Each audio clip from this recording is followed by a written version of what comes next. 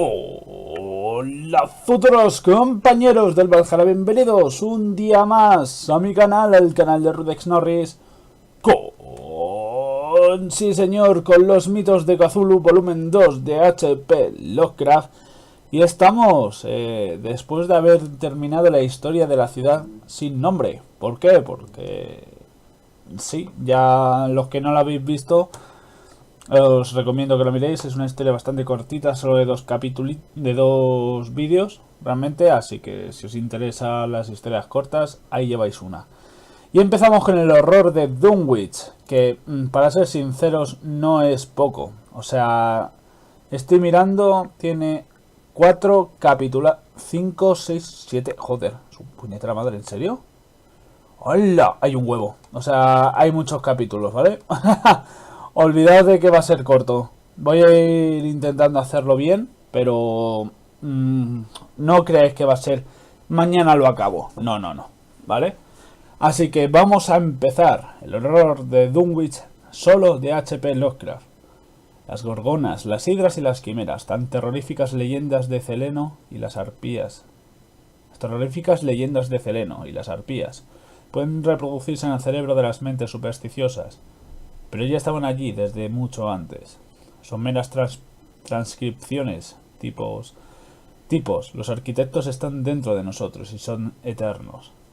De lo contrario, ¿cómo podría llegar a afectarnos el relato de lo que sabemos a ciencia cierta que es falso? ¿Será que concebimos naturalmente el terror de tales entes en tanto que puedan infligirnos un daño físico? No, ni mucho menos. Esos horrores están ahí de antiguo. Se remontan a antes de que existiese el cuerpo humano. No precisan siquiera de él, pues habría existido igualmente. El hecho de que el miedo de que tratamos aquí sea puramente espiritual, tan intenso en proporción como sin objeto en la Tierra, y que predomine en el periodo de nuestra inocente infancia, plantea problemas cuya solución puede aportarnos una idea de nuestra condición previa a la venida al mundo o, cuando menos, el atisbo del tenebroso reino de la preexistencia. Charles Lamb, Witches and Other Night Fears. Brujas y otros miedos nocturnos, ¿no? Supuestamente es la traducción. Vale, he leído como el culo eso, pero vamos a ver si el capítulo 1 me sale. Voy a darme un par de hostias, ¿vale? Literalmente, un par. Y vamos a ver si puedo hacer bien el primer capítulo. Hostia, que hostia me he pegado si ahora veo nubloso. Vale, veamos.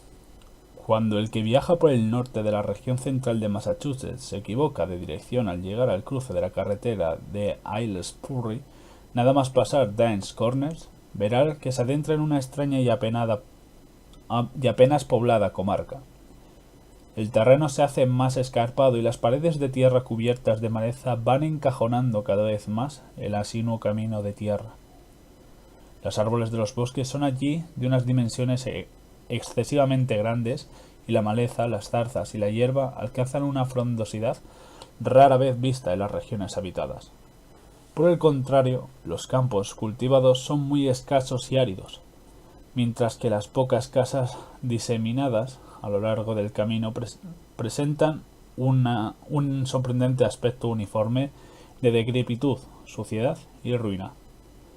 Sin saber exactamente por qué, uno no se atreve a preguntar nada a las arrugas y solitarias figuras que, de cuando en cuando, se ve escrutar desde puertas medio derruidas o desde pendientes y rocosos prados. Sí, pendientes y rocosos prados, o sea, los prados que...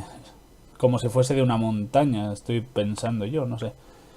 Esas gentes son tan silenciosas y hurañas que uno tiene la impresión de verse frente a un recóndito enigma del que más vale no intentar averiguar nada.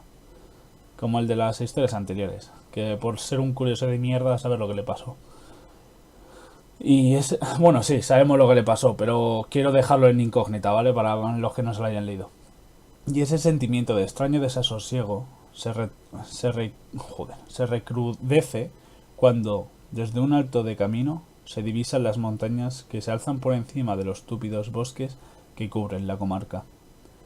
Las cumbres tienen una forma demasiado ovalada y simétrica como para pensar en una naturaleza apacible, y normal. Y a veces pueden verse recortados con singular nitidez contra el cielo unos extraños círculos formados por altas columnas de piedra que coronan la mayoría de las cimas montañosas. El camino se halla cortado por barrancos y gargantas de una profundidad incierta, y los toscos puentes de madera que los salvan no ofrecen excesiva garantía al viajero. Cuando el camino inicia el descenso, se atraviesan terrenos pantanosos que despiertan instintivamente una honda repulsión. En vez de una onda de repulsión, dice una honda repulsión. Ok. Y hasta llega a invadirle al viajero una sensación de miedo cuando, al ponerse el sol, invisibles chotacabras comienzan a lanzar estridentes chillidos y las luciérnagas, en anormal profusión, que aprestan a danzar al ritmo bronco y atrozmente monótono del horrísimo croar de los sapos. Las angostas y resplandecientes aguas del curso superior de Miskatonic adquieren una extraña forma serpenteante mientras discurren al pie de las abovedadas cumbres montañosas entre las que nace. A medida que el viajero va acercándose a las montañas, repara más en sus frondosas vertientes que en sus cumbres coronadas por altas piedras. Las vertientes de aquellas montañas son tan escarpadas y sombrías que uno desearía que se mantuvieran a distancia, pero tiene que seguir adelante, pues no hay camino que permita eludirlas. Pasado un puente cubierto, puede verse un pueblecito que no se encuentra agazapado entre el curso del río y la ladera cortada a pico. Que se encuentra. He leído que no se encuentra. No sé. En el curso del río y la ladera cortada del pico de Road Mountain. Y el viajero se maravilla ante aquel puñado de tuchedumbres al estilo holandés, el ruinoso estado, que hacen pensar en un periodo arquitectónico anterior al de la comarca circundante. Y cuando se acerca más, no resulta nada tranquilizador comprobar que la mayoría de las casas están desiertas y medio derruidas, y que la iglesia, con el chapitel quebrado, alberga ahora el único y destartalado establecimiento mercantil de toda la aldea. El simple paso del tenebroso túnel del puente infunde ya cierto temor, pero tampoco hay manera de evitarlo.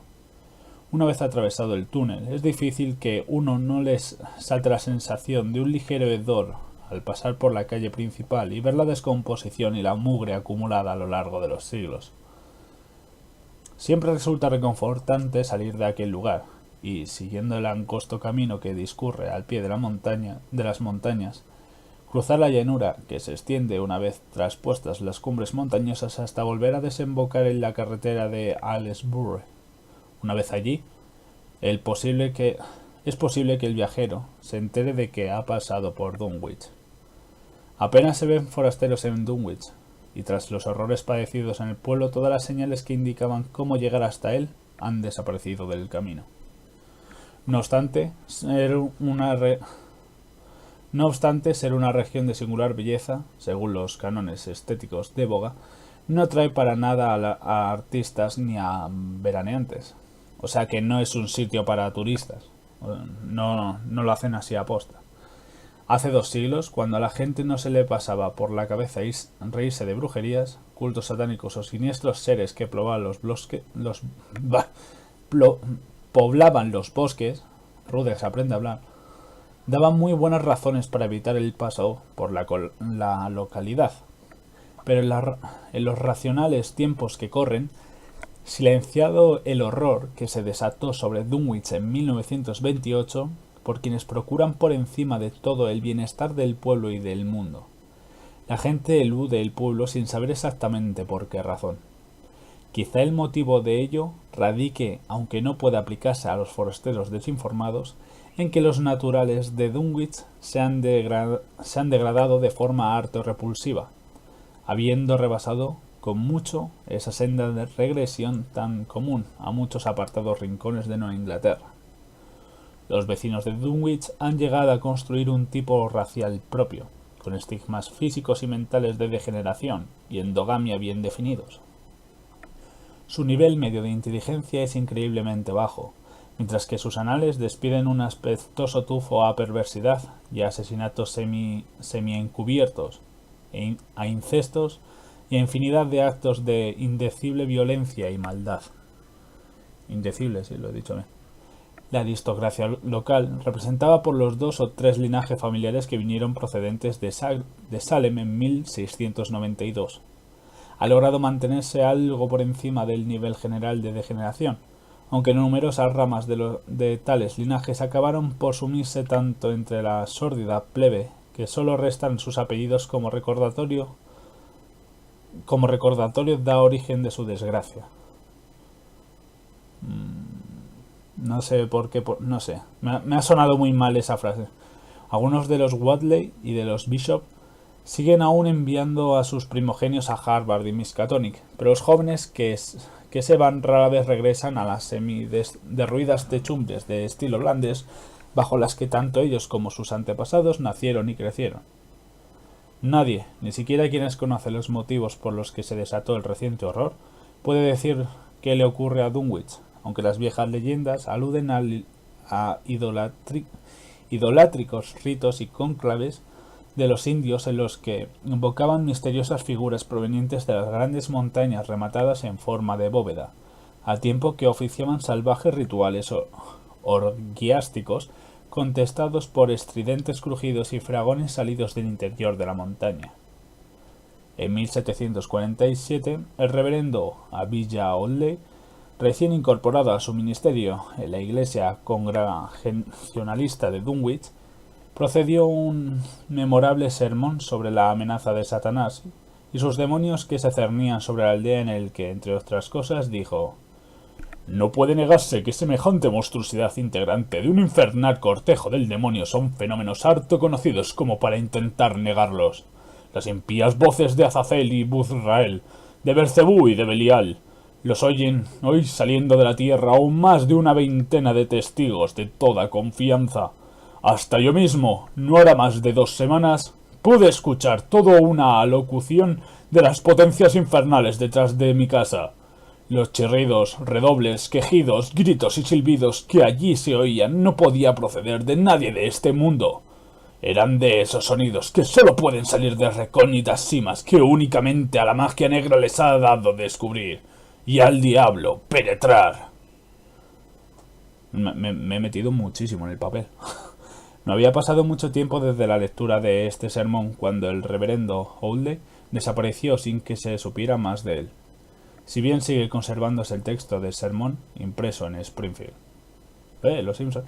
No había año en que no se oyese y diese cuenta de estrepitosos fragores en el interior de la montaña, y aún hoy tales ruidos siguen sumiendo en la mayor perplejidad a geólogos y fisiógrafos. Ay, madre mía. Otras tradiciones hacen referencia a fétidos olores en las inmediaciones de los círculos de rocosas columnas que coronan las cumbres montañosas y ente etéreos cuya presencia puede detectarse difusamente a ciertas horas en el fondo de los grandes barrancos, mientras otras leyendas tratan de explicarlo todo en función de Devil's Hope Yard, una ladera totalmente a baldía en la que no crecen ni árboles, ni matorrales, ni hierba alguna. Por si fuera poco, los naturales del lugar tienen un miedo cerval a la algarabía que arma en las cálidas noches la legión de chotacabras que puebla la comarca. Afirman que tales pájaros son psicopompos, que está al acecho de las almas de los muertos y que sincronizan al unísono sus pavorosos chirridos de la jadeante respiración del moribundo. Si consiguen atrapar el alma fugitiva en el momento en el que abandona el cuerpo, se ponen a revolotear al instante y prorrumpen en diabólicas risotadas, pero si ven frustradas sus intenciones se sumen poco a poco en el silencio. O sea que si oyes a un bicho de esos gritar, por así decirlo, porque si son aves, cuando muere alguien supongo que se lanzará en picado o algo así, o está ahí rondando como si fuese un carroñero, y cuando se ríe es porque se está llevando ese alma. Qué chungo, ¿no? Claro que dichas historias ya no se oyen y no hay quien crea en ellas, pues datan de tiempos muy antiguos. Dunwich es un pueblo increíblemente viejo, mucho más que cualquier otro en 30 millas a la redonda. Al sur aún pueden verse las paredes del sótano y la chimenea de la antiquísima casa de los Bishop, construida con anterioridad a 1700, en tanto que las ruinas del molino que hay en la cascada, construido en 1806, constituyesen la pieza arquitectónica más reciente de la localidad. Joder. La industria no arraigó en Dunwich y el movimiento fabril del siglo XIX. Y el movimiento fabril del siglo XIX resultó ser de corta duración en la localidad. Con todo, lo más antiguo son las grandes circunferencias de columnas de piedra toscamente labradas que hay en las cumbres montañosas, pero esta obra se atribuye por lo general más a los indios que a los colonos. Restos de cráneos y huesos humanos, hallados en el interior de dichos círculos y en torno a la gran roca en forma de mesa de Sentinel Hill, apoyan la creencia de que tales lugares fueron en otras épocas enterramientos de los indios Pocumtuck, aun cuando numerosos etnólogos, raro, supongo que es porque estudian las etnias, obviamente obviando la práctica imposibilidad de que tan disparatada teoría, siguen empeñados en creer que se trata de restos caucásicos que me pasan la boca. O sea que realmente se creen que son indios, pero realmente los huesos son de alguien blanco. Pero no le ve el sentido. ¿Cómo coño puedes entender que es caucásico? ¿Qué pasa? Que antiguamente la formación de los esqueletos es distinta de los rojos, por ejemplo, que se les llamaba a los indios. Me parece muy raro eso, pero bueno. Capítulo 2. Fue en el término municipal de Dunwich, en una granja grande y parcialmente deshabitada, levantada sobre una ladera a 4 millas del pueblo, y a una medida de la casa más cercana, donde el domingo 2 de febrero de 1913, a las 5 de la mañana, nació Wilmore Waldley. ¡Hostia puta! ¿No? ¿En serio? La fecha se recuerda como era el día de la Candelaria, que los vecinos de Dunwich, curiosamente, observan bajo otro nombre, y además, por el fragor de los ruidos que se oyeron en la montaña y por el alboroto de los perros de la comarca, que no cesaron de ladrar en toda la noche. También cabe hacer notar que, aunque ello tenga menos importancia, que la madre Wilmore pertenecía a una rama degradada de los Waldley. Era una albina de 35 años de edad, un tanto deforme sin el menor atractivo, que vivía en compañía de su anciano y medio enloquecido padre, de quien durante su juventud corrieron los más espantosos rumores sobre actos de brujería. Lavinia Waldley no tenía marido conocido, pero, siguiendo las costumbres de la comarca, no hizo nada por repudiar al niño, y en cuanto a la paternidad del recién nacido, la gente pudo, y así lo hizo, especular a su gusto. La madre estaba extrañamente orgullosa de aquella criatura de tez morena y facciones de chivo que tanto contrastaba con su enfermizo semblante y sus rosáceos ojos de albina, y cuentan que se le oyó susurrar multitud de extrañas profecías sobre las extraordinarias facultades de que estaba dotado el niño y el impresionante futuro que la guardaba. Lavinia era muy capaz de decir tales cosas, pues de siempre había sido una criatura solitaria a quien encantaba correr por las montañas cuando se desataban atronadoras tormentas, y que gustaba de leer los voluminosos y añejos libros que su padre había heredado tras 2 siglos de existencia de los Waldley, libros que empezaban a caerse a pedazos de puros viejos y apolillados, sí, lo he dicho bien. En su vida había ido a la escuela, pero sabía de memoria multitud de fragmentos inconexos, las antiguas leyendas populares que el viejo Waldley le había enseñado. De siempre había temido los vecinos de la localidad, la solitaria granja, a causa de la fama de brujo del viejo Waldley, y la inexplicable muerte violenta que sufrió su mujer cuando Lavinia apenas contaba 12 años, no contribuyó en nada a hacer popular el lugar. Siempre solitaria y aislada en medio de extrañas influencias, Lavinia gustaba de entregarse a visiones alucinantes y grandiosas, a la vez que a singulares ocupaciones. Su tiempo libre apenas se veía reducido por los cuidados domésticos en una casa en que ni los menores principios de orden y limpieza se observaban desde hacía tiempo. La noche en que Wilmore nació pudo oírse un grito espantoso, que retumbó incluso por encima de los ruidos de la montaña y de los ladridos de los perros. Pero, que se sepa, ni médicos ni comadronas alguna tuvieron presente en su llegada al mundo. Los vecinos no supieron nada del parto hasta pasada una semana en que el viejo Weldy recorrió en su trineo el nevado camino que separaba la casa de Dunwich y se puso a hablar de forma incoherente al grupo de aldeanos reunidos en la tienda de Osborne.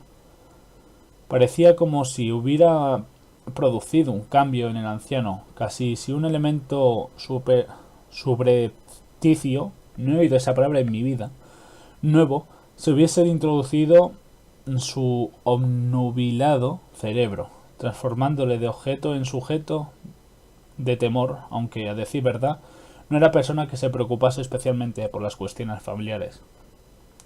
Ese párrafo ha sido rarísimo de leer. O sea, han dicho cosas muy raras y no he entendido nada. Con todo, mostraba algo de orgullo que últimamente había podido advertirse en su hija, y lo que dijo acerca de la paternidad del recién nacido sería recordado años después por quienes entonces escucharon sus palabras. «Me trae sin cuidado lo que piense la gente. Si el hijo de la Viana se parece a su padre, será bien distinto de cuando pueda esperarse. No hay razones para creer que no hay otra gente que la que se ve por estos aledaños. La Viana ha leído y ha oído y ha visto cosa que la mayoría de vosotros ni siquiera sois capaces de imaginar. Espero que su hombre sea tan buen marido como el mejor que pueda encontrarse por esta parte de Aylesbury. Y si supierais la mitad de cosas que yo sé, no desearíais mejor casamiento por la iglesia ni aquí ni en ninguna otra parte. Escuchad bien esto que os digo. Algún día oiréis todos al hijo de la Viena pronunciar el nombre de su padre en la cumbre de Sentinel Hill». Las únicas personas que vieron a Wilmore durante el primer mes de su vida fueron el viejo Zechariah Weldy y la rama aún no degenerada de los Weldy, y Mammy Bishop, la mujer con quien vivía desde hacía años Sauvier.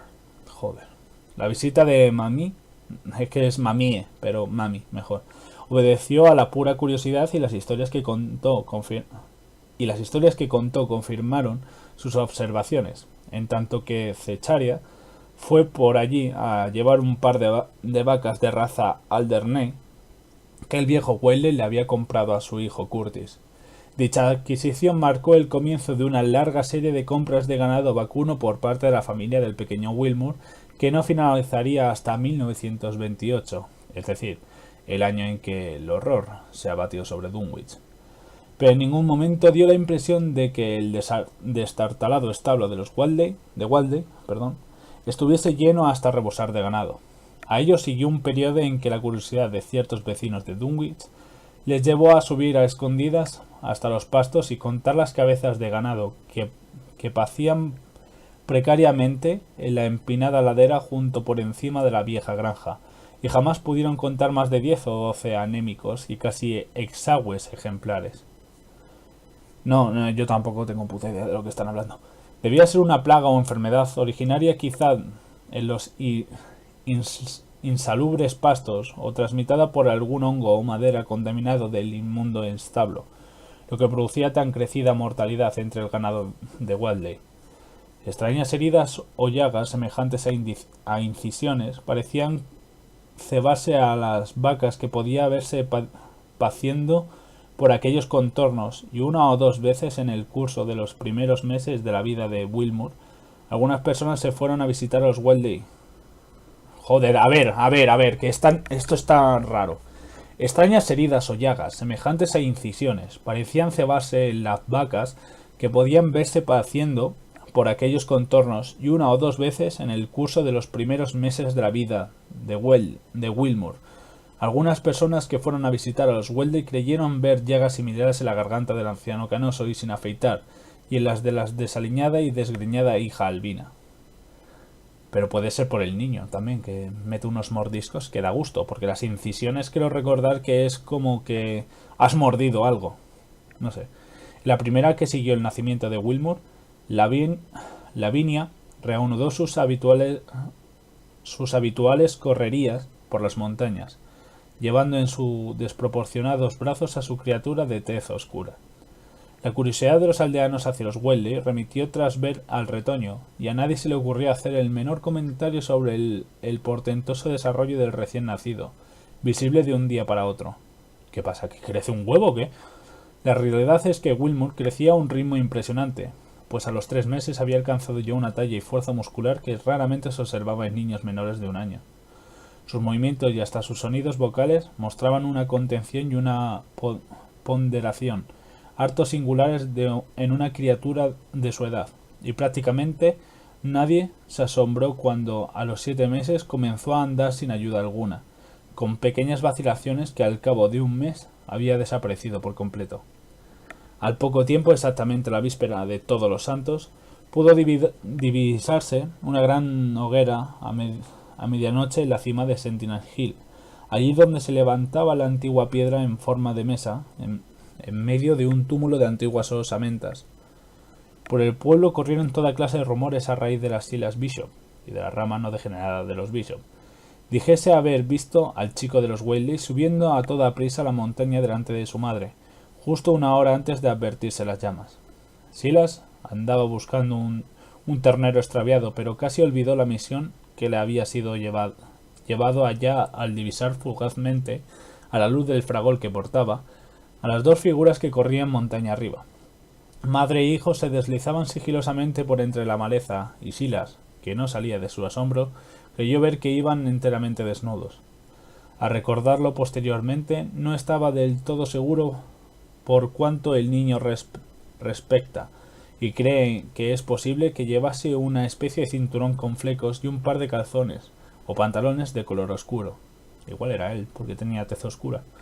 Lo cierto es que Wilmore nunca volvió a vérsele, al menos vivo y en estado consciente, sin toda su ropa encima y ceñidamente abotonado, y cualquier desarreglo real o supuesto en su indumentaria parecía irritarle muchísimo.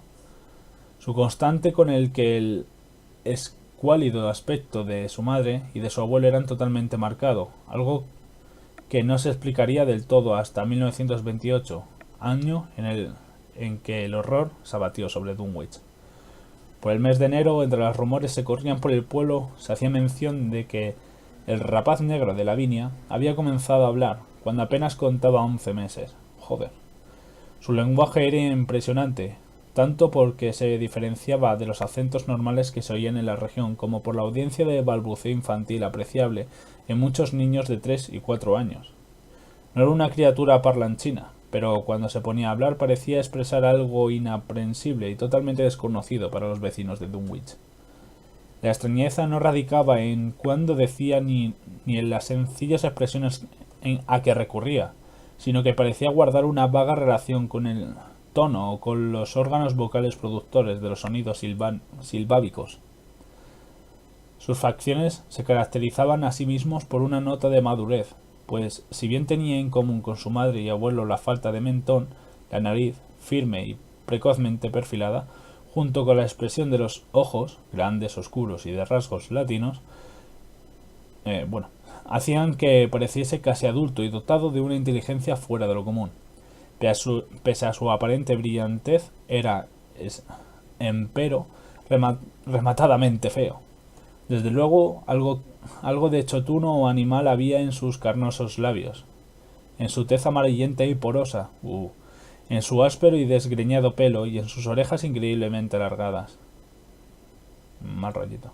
Pronto la gente empezó a sentir aversión hacia él, de forma incluso más marcada que hacia su madre y abuelo, y todo cuanto sobre él se aventuraban a decir se hallaba salpicado de referencia al pasado del brujo del viejo Waldey, y a cómo retumbaba las montañas cuando profirió en pleno pulmón el espantoso nombre de Yog Sothoth,